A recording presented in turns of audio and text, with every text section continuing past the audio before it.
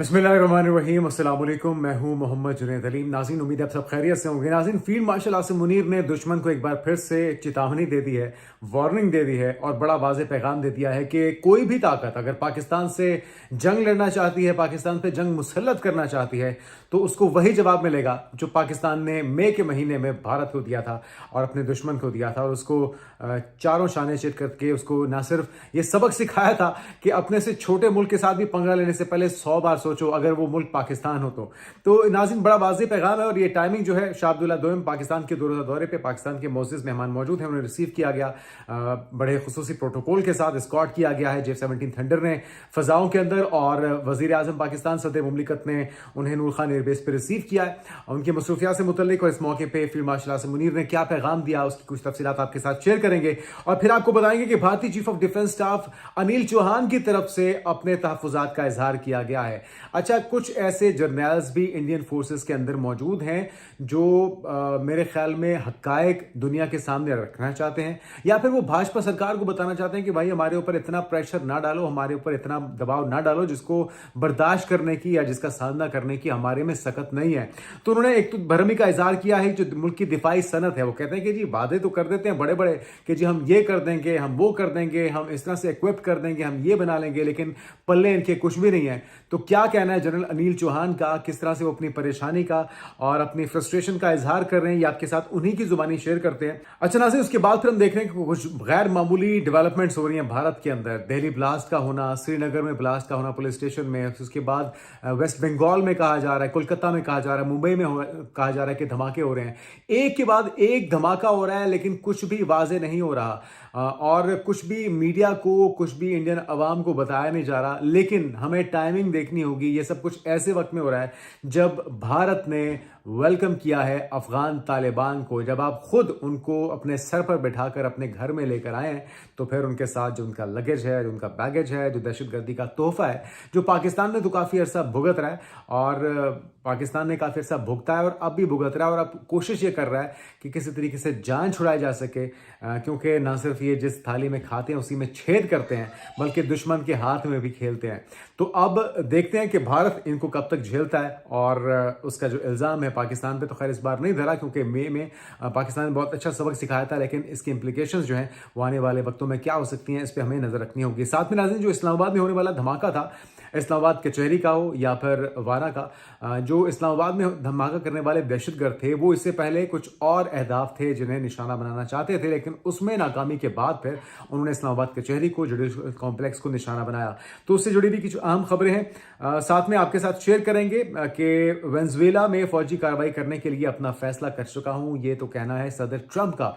और जिस वक्त सहाफ़ियों ने तैयारे में उड़ान भरते हुए बल्कि दौरान परवाज़ उनसे सवाल पूछा, तो उन्होंने खुलकर इसका इजहार किया है और ख़तरे की घंटी भी बजा दी है और ये ऐलान भी कर दिया है कि वेनेजुएला के खिलाफ फैसला कुन कार्रवाई अमेरिका करने जा रहा है। लेकिन एक और जो मामला है उसको लेके अमेरिका और चाइना के दरमियान जंग के खतरात मंडलाने लगे हैं, क्योंकि वेनेजुएला का मामला तो अपनी जगह, लेकिन हम देखते हैं कि ताइवान का मामला बहुत ज़्यादा सेंसिटिव है। इस पे चाइना किसी तरह का कोई भी कॉम्प्रोमाइज़ नहीं करता और ऐसे वक्त में जब अमेरिका ताइवान को कुछ ख़ास वेपन्स फराहम करने जा रहा है, ये चाइना के लिए अलार्मिंग सूरत हाल है। तो ये जो डेवलपमेंट है, ये आने वाले वक्तों में क्या चाइना और अमेरिका को आमने सामने खड़ा कर सकती हैं और क्या कोई चिंगारी इनके दरमियान आग या शोले की शक्ल इख्तियार कर सकती है, इसका भी जायजा लेते हैं। तो सबसे पहले नाज़रीन, जो खबर है फील्ड मार्शल आसिम मुनीर की, और उससे पहले जो आपने खूबसूरत मनाजिर देखे थे फजा में एस्कॉर्ट करते हुए J-17 थंडर ब्लॉक 3 के तैयारे, 6 तैयारे थे जिन्होंने किंग अब्दुल्ला दोम को पाकिस्तान की फिजाओं में पहुंचते ही एस्कॉर्ट किया है और उन्हें रिसीव किया गया, उन्हें लैंड करवाया गया नूर खान एयरबेस पे, जहां पे उनका इस्तकबाल करने के लिए पाकिस्तान के सदर मुमलिकत आसिफ अली जरदारी और पाकिस्तान के वज़ीर आज़म शहबाज शरीफ दोनों मौजूद थे। और फिर उसके बाद उन्हें बड़े ही एजाज के साथ जिस वक्त ऐवान सदर लाया गया, उन्हें गार्ड ऑफ ऑनर पेश किया गया है। और इस मौके पे जो पैगाम दिया है गुफ्तगू करते हुए फील्ड मार्शल आसिम मुनीर ने, वो बड़ा सिग्निफिकेंट है। तो फील्ड मार्शल आसिम मुनीर ने ऐवान सदर में उर्दन के शाह अब्दुल्ला दोम को निशान इम्तियाज अदा करने के मौके पर गुफ्तगू की है और उसमें उन्होंने पैगाम दिया है कि भारत के खिलाफ जंग में अल्लाह ने पाकिस्तान को सरबुलंद किया था। उन्होंने कहा कि पाकिस्तान अमन पसंद मुल्क है, लेकिन जंग मुसल्लत करने वालों को उसी तरह जवाब देंगे जैसा मई में हमने भारत को दिया था। और मुसलमान जब अल्लाह पर भरोसा करता है तो अल्लाह दुश्मन पर उसकी फेंकी मिट्टी को भी मिसाइल बना देता है, और अल्लाह के हुक्म और उसके फरमान के मुताबिक अपने फराइज की अंजामदही करता रहूंगा।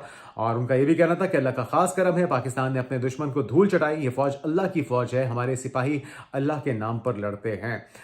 तो हमारे जो दोस्त हैं अल्हम्दुलिल्लाह वो पहले भी थे और आइंदा भी कायम दायम रहेंगे, लेकिन उनमें हम देख रहे हैं कि जो कुर्बतें हैं, जो गर्मजोशी है, जो ताल्लुकात में इजाफा है, वो मई के बाद बज़ाहिर बहुत ज़्यादा उसमें बेहतरी देखी जा रही है।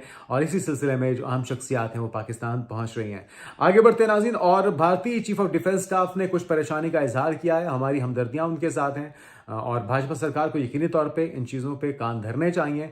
इस बार ऐसा नहीं होना चाहिए कि उन्हें पाकिस्तान से मार पड़े और फिर उन्हें मुंह छुपाने की जगह ना मिले, और फिर 3 महीने बाद 4 महीने बाद जिस तरह से AP सिंह ने कहा था कि जी हमने पाकिस्तान की 6 तैयारी गिरा दी है, बजाय इसके कि उस बात को कुछ सीरियस लेता, बल्कि उस पर ठट्ठा मजाक किया गया और उसे एक गैर संजीदा गुफ्तगू करार दिया गया। अच्छा बहरहाल जी, जो गुफ्तगू की गई है पहले अनिल चौहान साहब की तरफ से, एक तो वो कहते हैं कि जी आप मुआहिदा करते वक्त ये जो खास तौर पे जो उनका दिफाई सनती इदारा है उसके ऊपर उन्होंने तहफ़्फ़ुज़ात का इजहार किया है, और वो कहते हैं कि जी आप मुआहिदा करके वक्त पर डिलीवर ना करें, ये हमारी सनती सलाहियत का नुकसान है। आपको मकामी सलाहियत के बारे में सच बोलना होगा क्योंकि इसका ताल्लुक कौमी सलामती से है।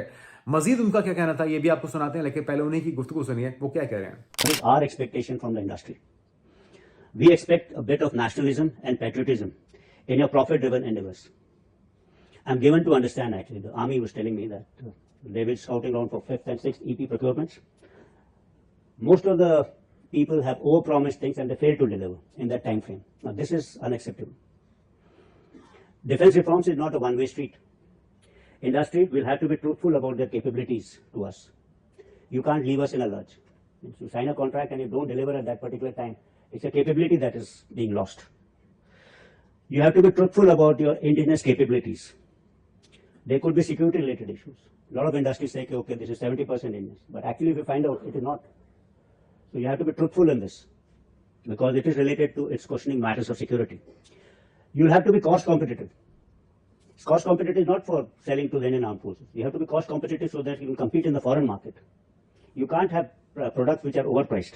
तो 2-3 चीज़ों की निशानदेही की अनिल चौहान ने। एक तो कह रहे हैं कि आप वादा खिलाफी करते हैं, आप जो डेट देते हैं उस पर चीज़ें डिलीवर नहीं करते, फिर सिक्योरिटी वाले मामलात हैं और उसके ऊपर भी गलत बयानी होती है, और आपको ज़रूरी है कि आप जो भी हक़ाइक़ हैं उससे आँख ना चुराई जाए, उस पर पर्दा ना डाला जाए, और इससे चीज़ें कॉम्प्रोमाइज़ होती हैं। साथ में वो कह रहे हैं कि कॉस्ट इफेक्टिव होनी चाहिए। जो चीज़ आप इंटरनेशनल मार्केट में बेच रहे हैं, अगर वो कहीं और से अच्छी क्वालिटी में और आपको कम प्राइस में मिल रही है तो जारी बात है कि आपकी मार्केट जो है वो डैमेज होगी इससे। और इन चीज़ों का इजहार बेसिकली ये माइंड मेकिंग करना भी होता है कि भाई हम इस पोजीशन में नहीं है कि हम कोई बड़ी जंग लड़ सकें, क्योंकि मसाइल बहुत से इंटरनल उन्होंने उसकी निशानदेही की है। साथ में उन्होंने कहा कि भारतीय चीफ ऑफ डिफेंस स्टाफ को मजीद कहना था कि बहुत सी कंपनियां कहती हैं कि उनकी मसनूआत 70% मकामी है, मगर ये हकीकत नहीं है, और अगर कीमत की बात की जाए तो बैनुल अक़वामी मेयार के एतबार से उनकी कीमत भी ज़्यादा होती है।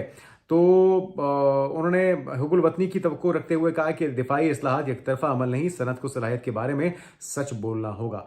अच्छा नाज़रीन, अब वहाँ से जावकुआ से दिल्ली से कुछ गोलियां मिली हैं जो कि सिर्फ फौज के सिक्योरिटी फोर्सेस के इस्तेमाल में होती हैं, जिसने तहकीकात का रुख बदल दिया है। एक तो ये कहना कि वो सिलेंडर धमाका है, फिर ऐसे मौके पे फौज के इस्तेमाल में होने वाले कुछ गोलियों के खोल और कुछ बगैर इस्तेमाल हुए कारतूस मिले हैं।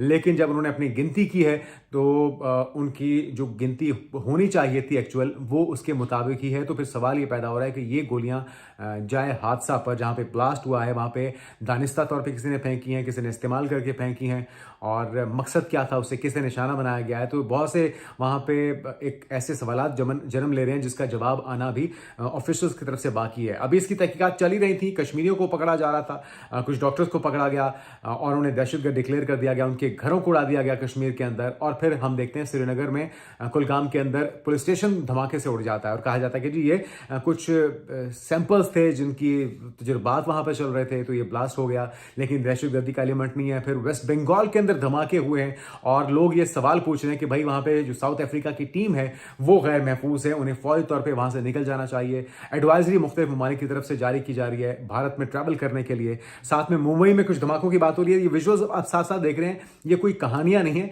ये बाकायदा धमाके हो रहे हैं, लेकिन धमाकों से मुतल्लिक फैक्ट्स और हकायक हुकूमत, इंतजामिया, अवाम को, मीडिया को देने से कासिर है और वो कुछ भी नहीं बता रहे। हाँ, हमें जो चीज़ बाज़ाहिर नज़र आ रही है, जो हालिया कुछ तब्दीली हुई है, वो ये कि अमीर मुत्तकी जो अफ़गान वज़ीर ख़ारजा हैं, वो भारत आए थे 1 हफ़्ते के लिए। वहाँ पे उन्होंने क़याम किया, डेरे डाले और एस जयशंकर समेत दीगर ऑफिशियल से उनकी मुलाकातें हुई हैं। उनकी कुछ इजरायली हुकाम से भी मुलाकातें हुई हैं और कुछ साजिश भी पाकिस्तान के ख़िलाफ़ बुनी गई है, लेकिन वो साजिश पाकिस्तान के ख़िलाफ़ इस्तेमाल होती। पाकिस्तान की फोर्सेस तो बहुत ही मुसल्लह और चौकन्ना है और वो इंतज़ार कर रहे हैं कि आप कोई शरारत करें, हम उसका जवाब दें। लेकिन हम ये देख रहे हैं कि एक के बाद एक शहर जो है भारत का वो धमाकों से उड़ना शुरू हो चुका है और अभी ये आगाज़ है। आगे आगे देखिए होता है क्या। और ये ट्रेलर है, फिल्म चलना भी आपकी बाकी है। और अभी आपको जो शौक था ना अफगान तालिबान से मोहब्बत का, वो शौक पूरा कर लीजिए, क्योंकि पाकिस्तान ने तो इस शौक की बहुत भारी कीमत चुकाई है। लेकिन बदले में हमें शुक्रिया बोलने के बजाय हमें गाली दी जाती है, हमारे झंडों को जलाया जाता है, हमारी फोर्सेस को, हमारे मासूम शहरियों को निशाना बनाया जाता है। तो ये मेरे ख्याल में भारत के लिए अब एक ऐसी आजमाइश है जिसका गड़ा उन्होंने खुद खोदा है और ये बीज उन्होंने खुद ही लगाया है। अब उसका फल खाइए और मजे लीजिए। आगे बढ़ते नाज़रीन, और कुछ पाकिस्तान के अंदर जो होने वाली कार्रवाइयां थी इस्लामाबाद कचहरी में, उससे पहले दहशतगर्दों ने एक और टारगेट को निशाना बनाने की कोशिश की थी और इसका इंकशाफ हुआ है हालिया तहकीकात में। हमलावर ने कचहरी धमाके से कबल खुद को उड़ाने की कोशिश की और दहशतगर्द ने इससे कबल 26 नंबर चुंगी और पर एहलकारों को निशाना बनाने की भी कोशिश की थी और साथ में एक चेक पोस्ट को निशाना बनाने की कोशिश। जब वो नाकाम हुए है तो फिर दूसरा टारगेट चुना गया है। पहला हमला नाकाम होने पर प्लान को तब्दील किया गया और मुल्जिमान ढोक पराचा में ही किराए के घर में रूपोश हो गए।